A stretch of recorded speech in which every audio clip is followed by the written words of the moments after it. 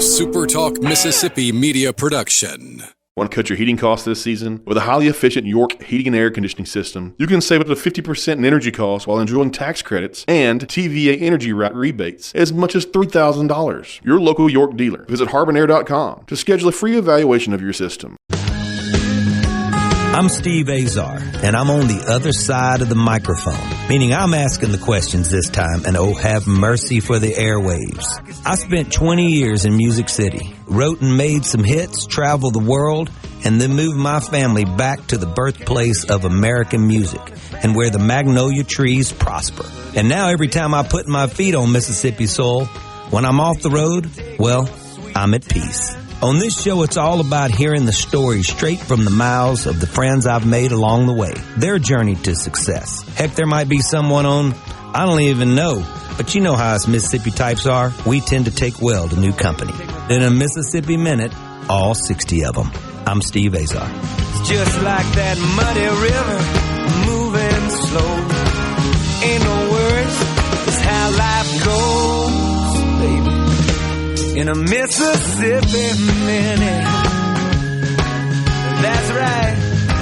Hey folks, time for another Mississippi Minute. I'm Steve Azar, always grateful for you tuning in and reminding you that my pals over there in Macon, Mississippi, they're producing the catfish. Go to superiorcatfish.com. Oh yeah. And visit Mississippi.org. We're going to be celebrating everything. Well, not everything. A big part of what it represents, as we are the birthplace of America's music today. We're going deep into the Delta with something that's very fond to my heart, and it's just actually mind-blowing to me, and I love it, I love it. Grammy Museum, Mississippi landed like a spaceship on where we used to play golf back in the day on campus at Delta State. For me to see that there and all it represents, bragging rights. We as Mississippians fought for and finally took back, sorry Texas, as why we are the birthplace of America's music and inspired the world, and that's the honest truth, with zero sugar added. The celebration leads to a vast economic impact, as you would expect, and thus bringing not only Mississippi folks, you guys, to visit from all over the state,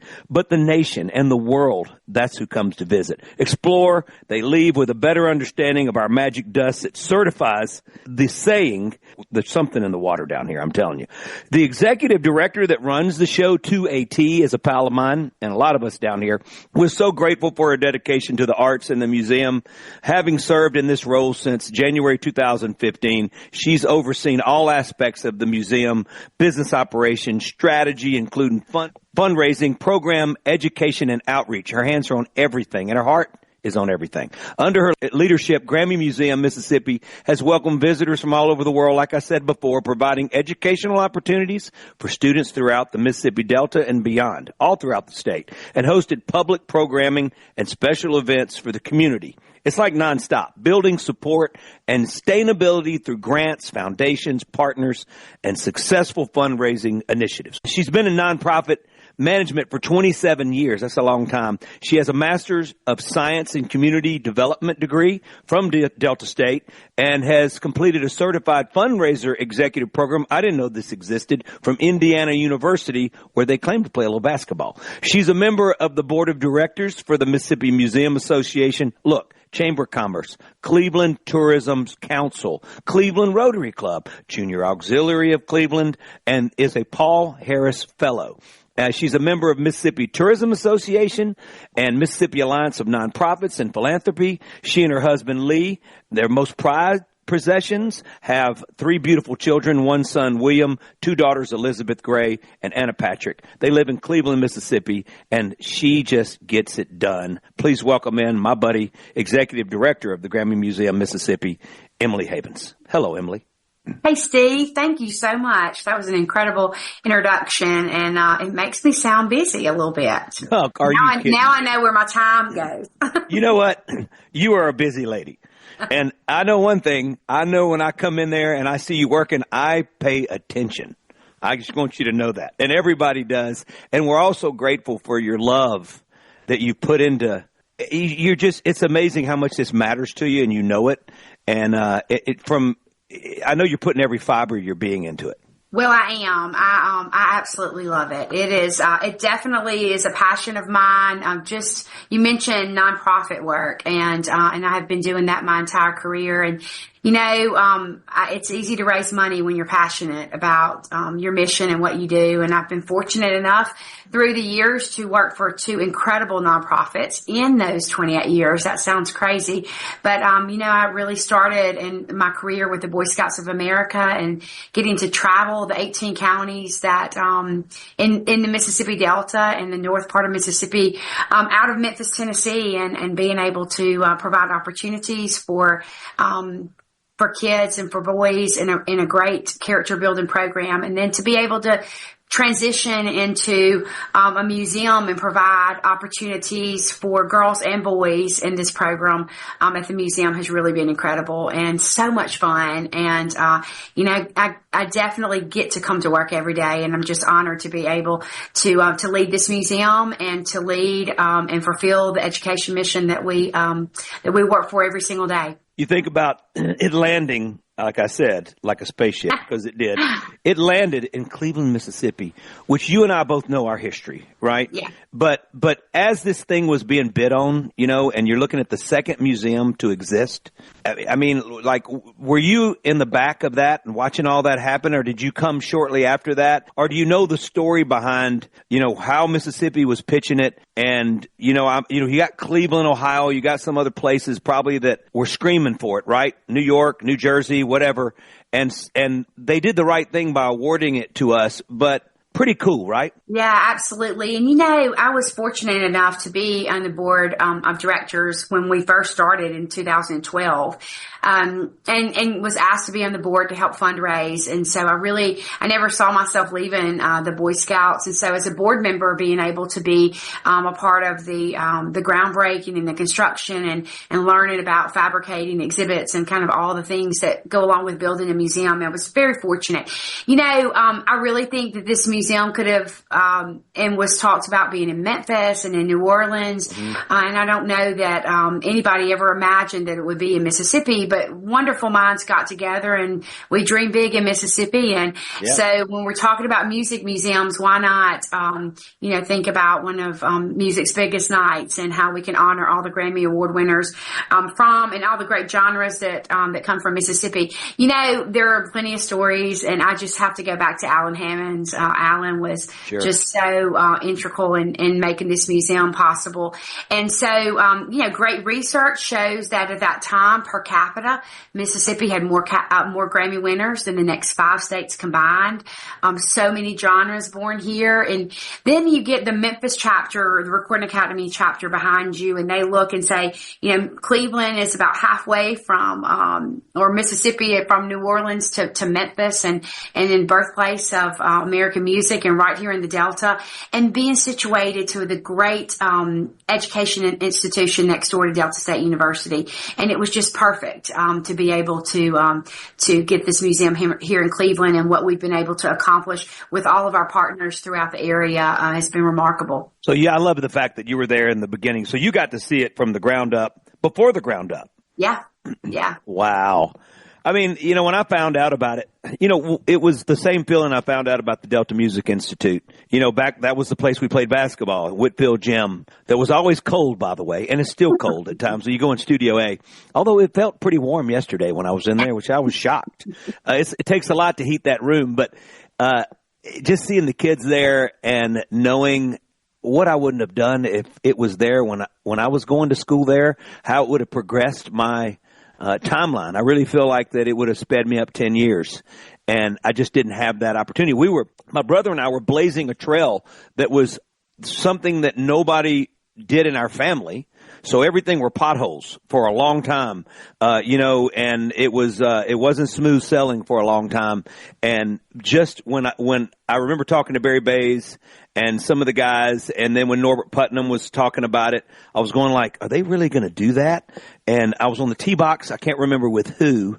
Was it Ben Buffett? I can't remember. And he said, it's going to happen. And I was like, okay, that'll be the coolest thing ever. So to go back to back with those two things, to me, it's so surreal. As a student that went there, that was a really bad pre-med major, by the way, really bad. I mean, there are doctors out there that are doctors because of me, because I was setting the curve on the low side. Trust me.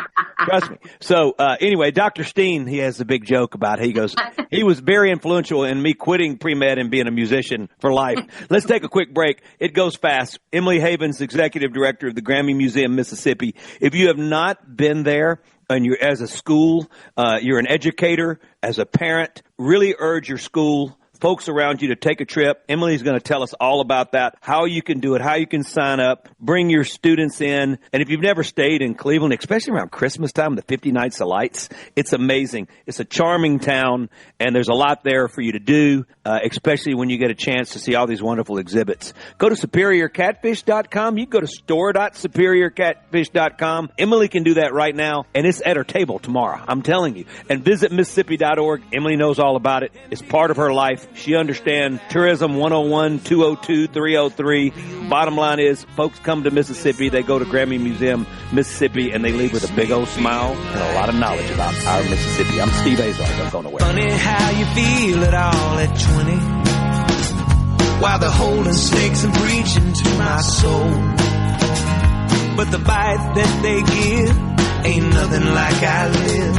And I know that I don't really know, but I don't mind. No, I don't mind. Oh, I don't mind most of the time.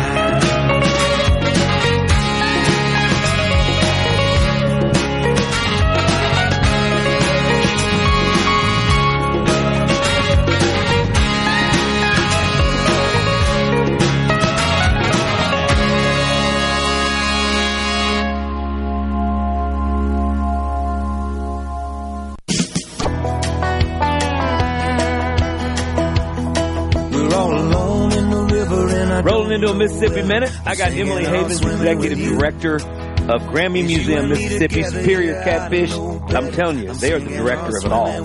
Please go to superiorcatfish.com. There's catfish. There's Superior Catfish. That's the math. And visit Mississippi.org. We're all about it today. Check it out. Plan a road trip to Grammy Museum, Mississippi.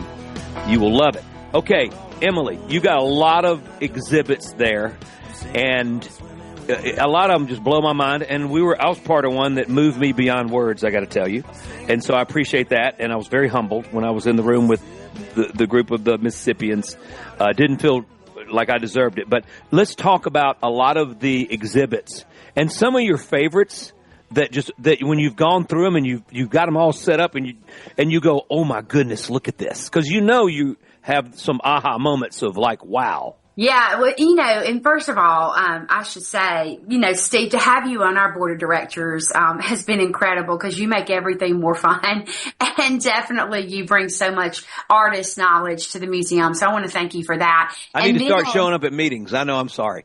Look, you do enough for the museum. You're so supportive, and we appreciate that. And the reason why I bring that up is because you're right. That last April, we were able to open up the Mississippi Legacy exhibit. And so we worked with Mississippi Arts Commission and a grant and fundraise to be able to add this incredible case to the Mississippi Gallery, because if you've been in it before, we didn't have a lot of large cases to feature and highlight a lot of our Mississippi artists. And so with this case, it looks like it's original to the museum, which was the whole point. But we have Steve Azar artifacts, and we have Leontine Price and Muddy Waters and Charlie Pride and Mary Wilson of the Supremes and Bobby Rush and Jerry Lee Lewis, and all of these artists, we didn't have the space to be able to tell their story. And so it is incredible, Steve. You're still in that exhibit, and we still celebrate every love single it. I don't deserve it, but hey, I'm glad we finally got on the record with a nomination this year. So at least I feel like, you gave me good luck. You put that in there, and then everybody kept asking, have you ever been on a Grammy nom? No, I have now. And we didn't win it, but now it makes more sense. But no, listen, I see that, and I'm moved so greatly. But let's talk about the Taylor Swift one. I mean, because that to me is just crazy. I mean, so let's start there. I want to dig into MTV when you had it, but then I want people to understand that these things are moving targets, right? That's right. So we were really fortunate to work with with Taylor Swift's team and 13 Management to be able to open an exhibit celebrating her, huge tour and the Eras Tour. And so it's brought in a record number of visitors, a record number of students. We have workshops that support this exhibit that school groups can go through. And so, leading up to the end of the year, and we were planning on closing it in February. And so leading up after the first of the year, we really went back to her team, and she said, we'll be happy to extend it so that more people can come and experience it. And it really tells the story. There is a great artifact, a meaningful artifact from every single one of her albums. And so it's been a lot of fun to see all of the fans that come in, but also people that maybe aren't fans and then learn about her story and walk out fans. And so it's been a lot of fun. Go ahead. I feel a little connected to Taylor in a way. I had a publishing company with Liz Rose toward the end of my time in Nashville, and Liz wrote a lot of the first songs with Taylor and mentored her along the way on that first album. I mean, Liz was all over it. We both got signed to Cobalt at the same time. We'd get together and we'd write a song after drinking wine. So we named our company Wine Songs. And so anyway, it was just great to get to know her. And I didn't know Liz at the time. She was a song plugger, and she was around some of the greatest songs in the world and became a great songwriter with Taylor. A lot of people don't know that. And then Taylor said in People magazine with my song Sunshine, at the time it was her favorite song. And I'd left Mercury and Universal.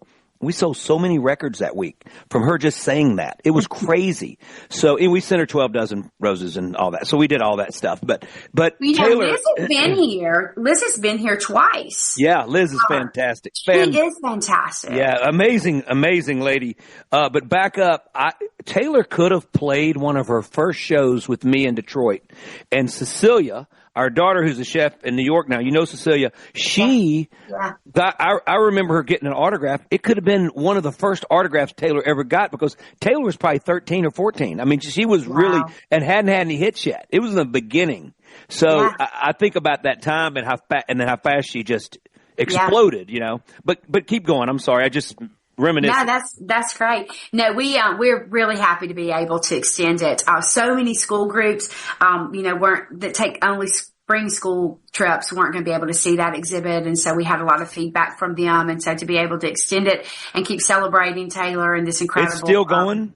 Yeah. We're not going to close it until August 31st. We just extended it. Could it be like one of these big Broadway plays that never leaves? I mean, how long could you go? I don't know. I told someone we had an exhibit on Taylor in 2018. I said the only way to break Taylor's record is Taylor break Taylor's record. Yeah. Because we had a record number of visitors, the last part of 24, one of our biggest years we've ever had. How much space does Taylor's take up in the museum and how many other exhibits are going on at the same time? So her exhibit is in our legacy case. We actually opened that space almost 10 years ago with the legacy of electric guitar. So it's really in the middle of the gallery. We also have a theater that goes along with the exhibit that has all her directed videos. Wow. So there's 9 directed videos, and they're all in there for people to enjoy. And then, of course, great graphics throughout the entire museum for photo ops and things like that. So cool.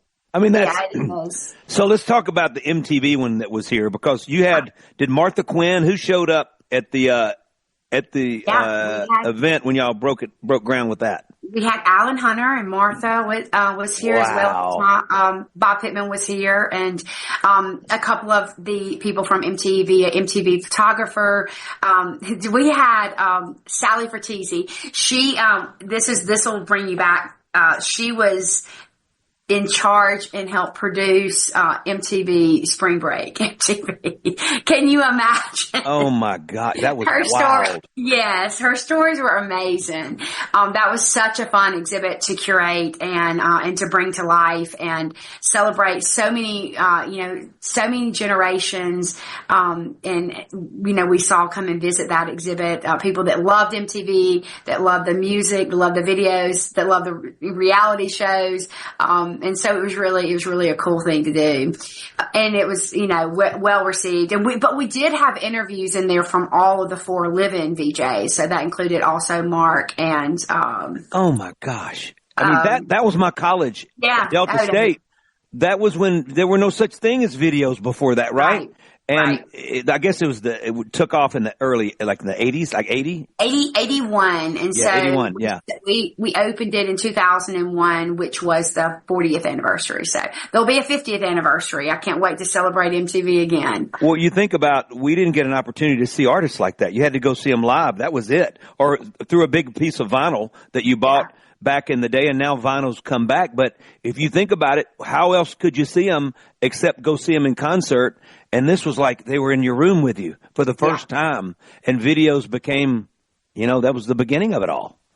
And that was our first exhibit to curate ourselves. And so we were really, really proud of that. Wow. What went into that? Like just doing it yourself?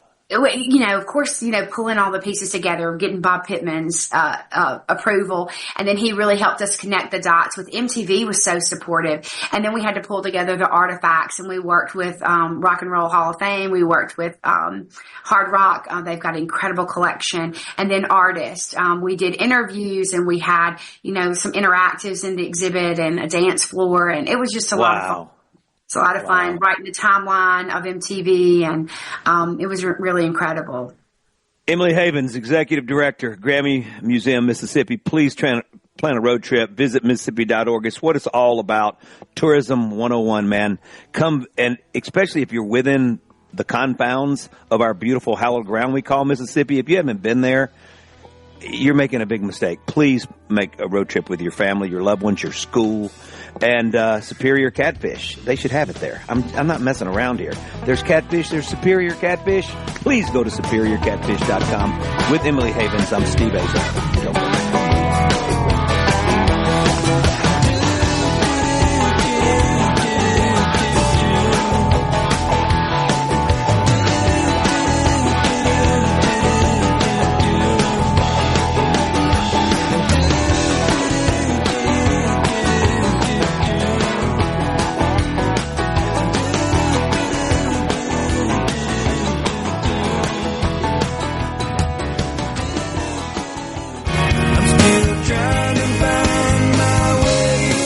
$20,000 available for first-time home buyers. Hey folks, Steve Azar here. Helping is the heart of our friends at Guarantee Bank. They offer programs like the Home Buyer Equity Leverage Partnership Grant that can assist qualified first-time home buyers with up to $20,000 towards down payment and provide home ownership counseling to empower you on your journey. These funds are first come, first served. Learn more about this program and to apply now, go to gbtonline.com. Guarantee Bank, member FDIC.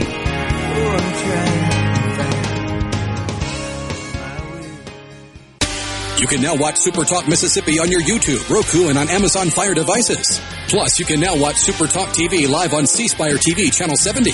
Just go to supertalk.fm/connect to find out more. From the Seabrook Paint. In a Mississippi Minute with Steve Azar, right here on SuperTalk Mississippi.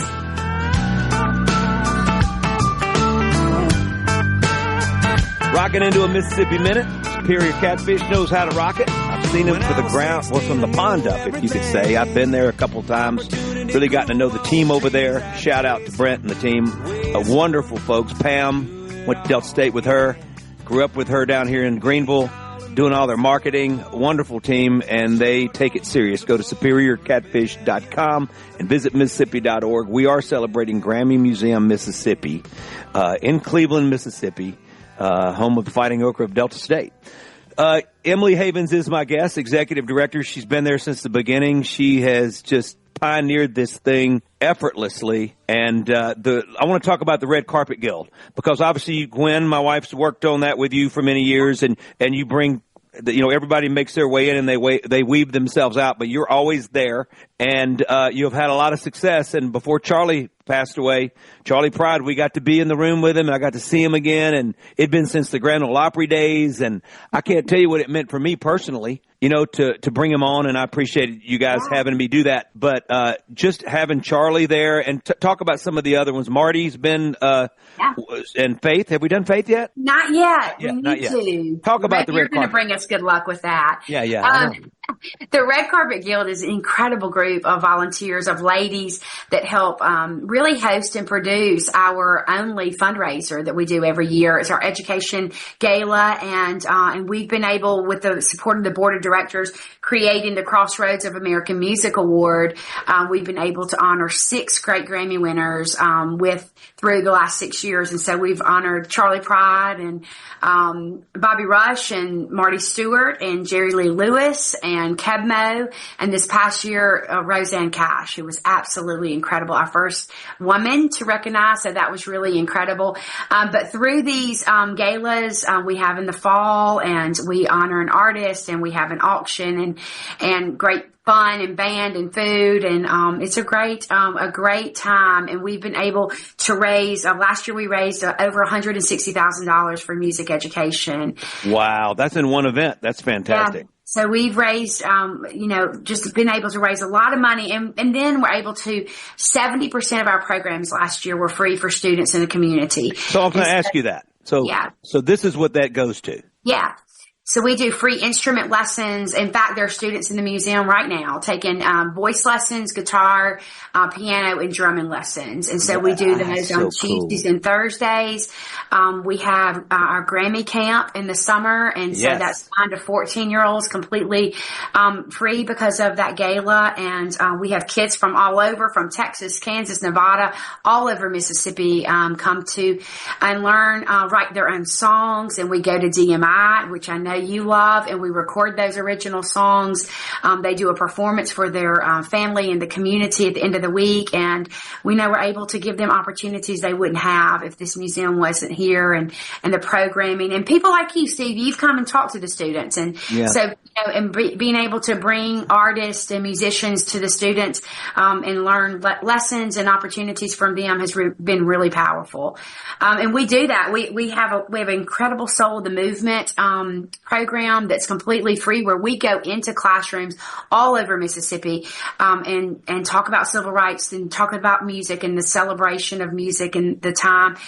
Bring those back to the museum completely free, and they do another workshop and a tour. We're able to do all of those programs from our partners and from fundraising, and so we're just so thankful to be able to provide education opportunities that kids just don't have these days in music. So that's remarkable, first of all. And second of all, we both know how the power of the arts. I mean, I watched Morgan Freeman at my charity event one time. A reporter asked, "Why the arts, Morgan?" And he, with his dramatic pause, he said, "No art, no life." And I went, "Oh my God, is that the shirt? Is that the T-shirt or what?" And he just said it with, in Morgan's voice. And I'm going, well, that says it all right there. And everybody that can do everything else, right? Great athletes, great whatever.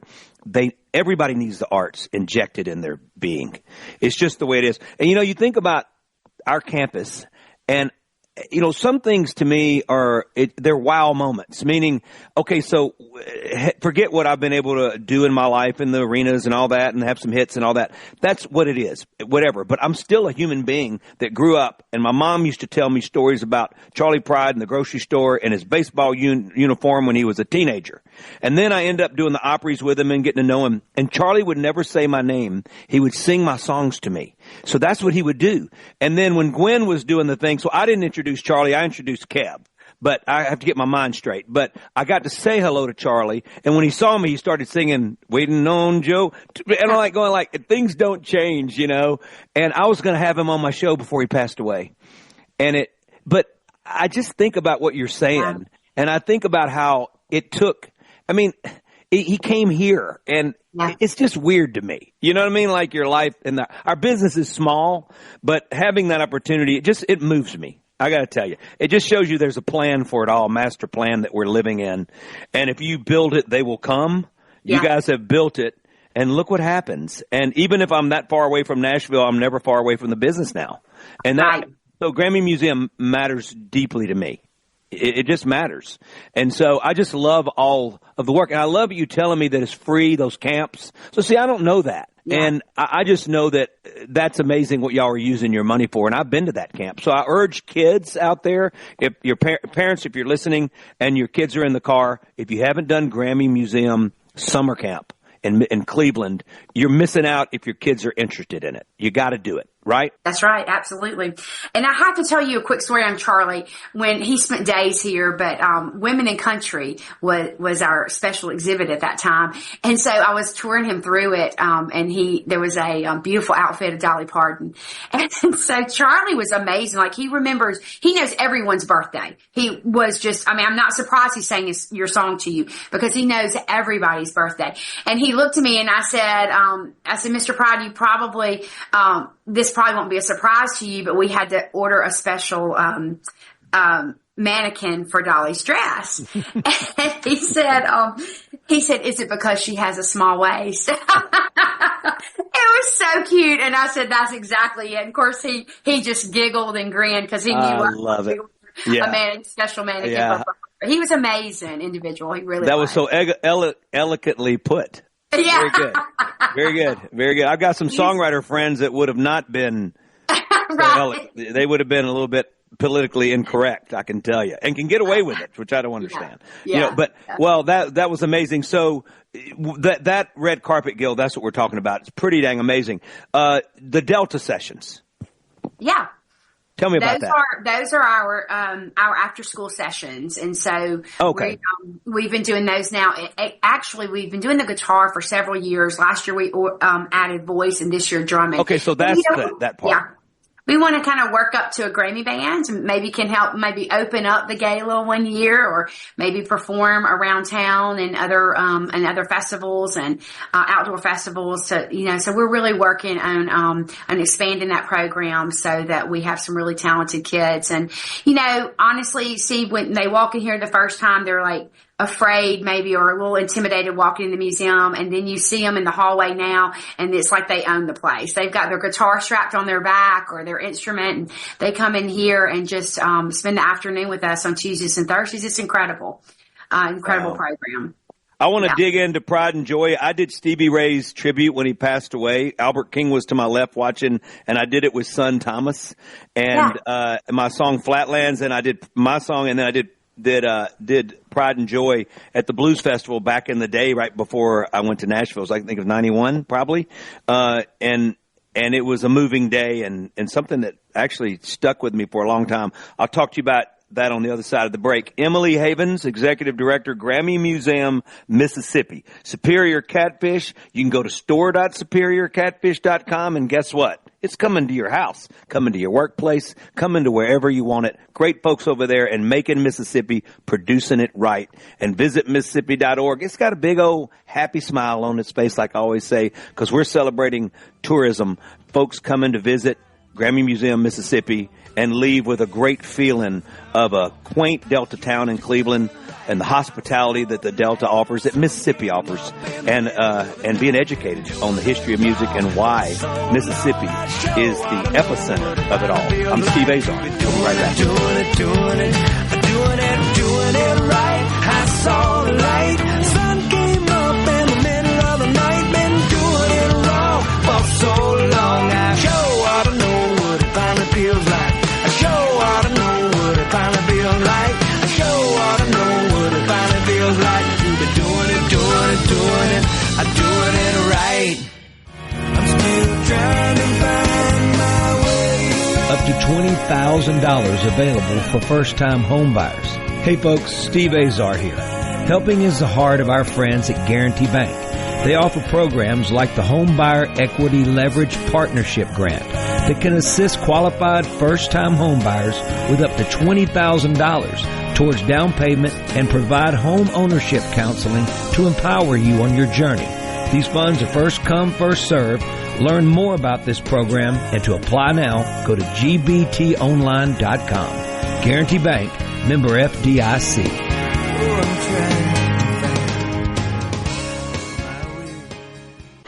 Listen and watch all your favorite SuperTalk Mississippi shows live and on demand. Listen to tons of music, Plus, get the latest breaking news from across the state with the SuperTalk Mississippi app. The SuperTalk Mississippi app. Download the SuperTalk app on your iPhone or Android device now for free. Just search SuperTalk Mississippi in your app store on your mobile device to get everything Mississippi all in one place. The SuperTalk Mississippi app. Get it now. Patriotism. In a Mississippi Minute with Steve Azar, right here on SuperTalk Mississippi.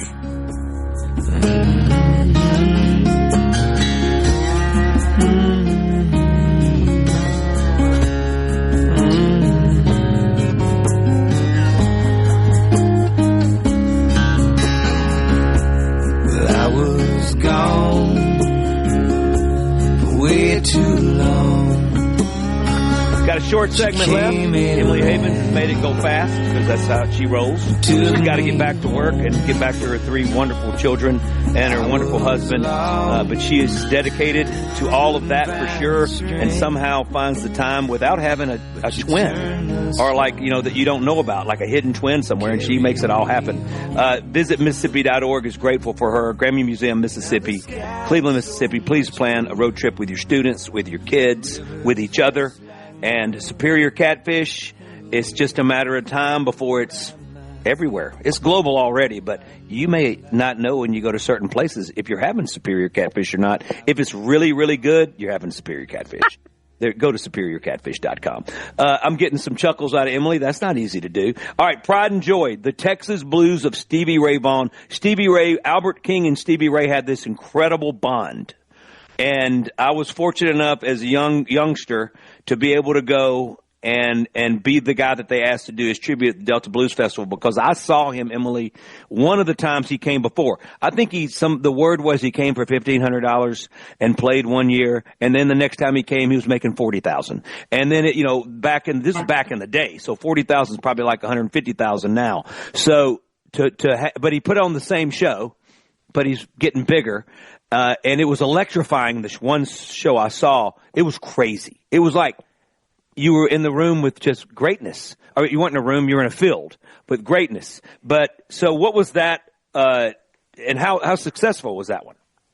It's incredible. And I just have to tell you, like, right now we have Music America, which I know you wrote, our state song now. And so this exhibit we have through April 13th celebrates America's birthday, 250 years through music. And we have the number one, the first wife, the Stevie Ray Vaughan guitar. It's my favorite artifact, and it's back in this museum.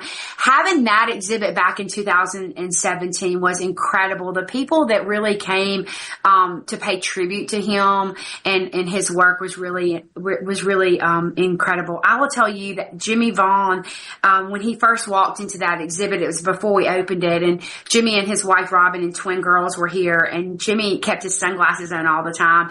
And he, there was a wall with all of his videos playing, a live performance, excuse me.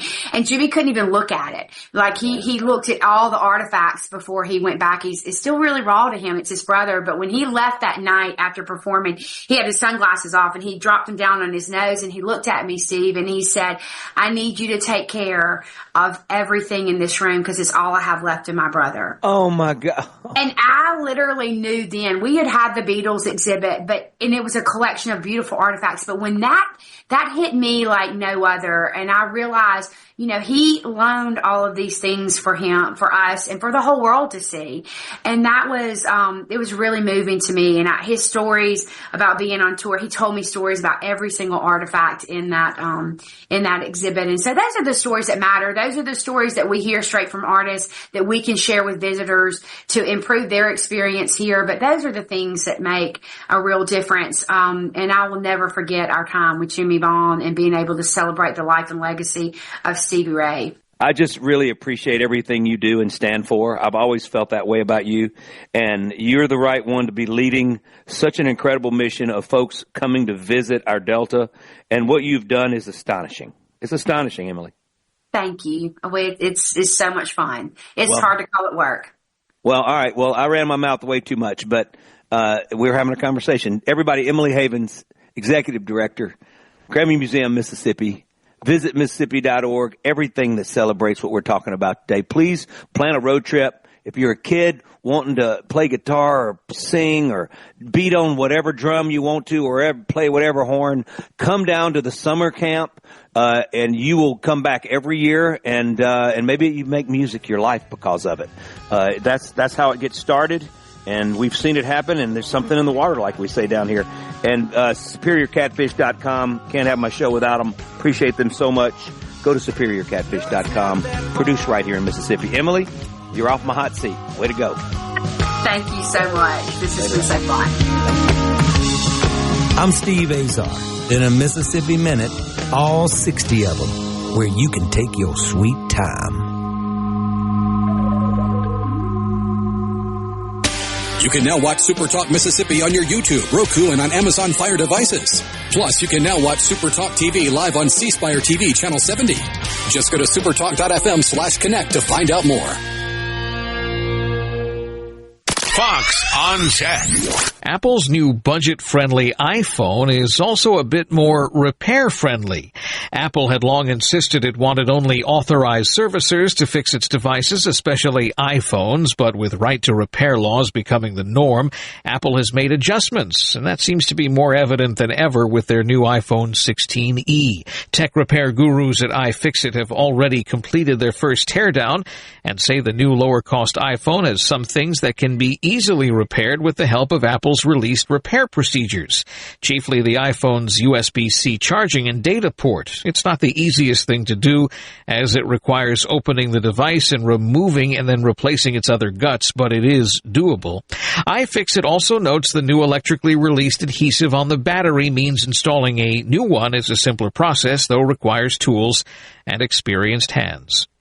With Fox on Tech, I'm Eben Brown, Fox News. A SuperTalk Mississippi Media production.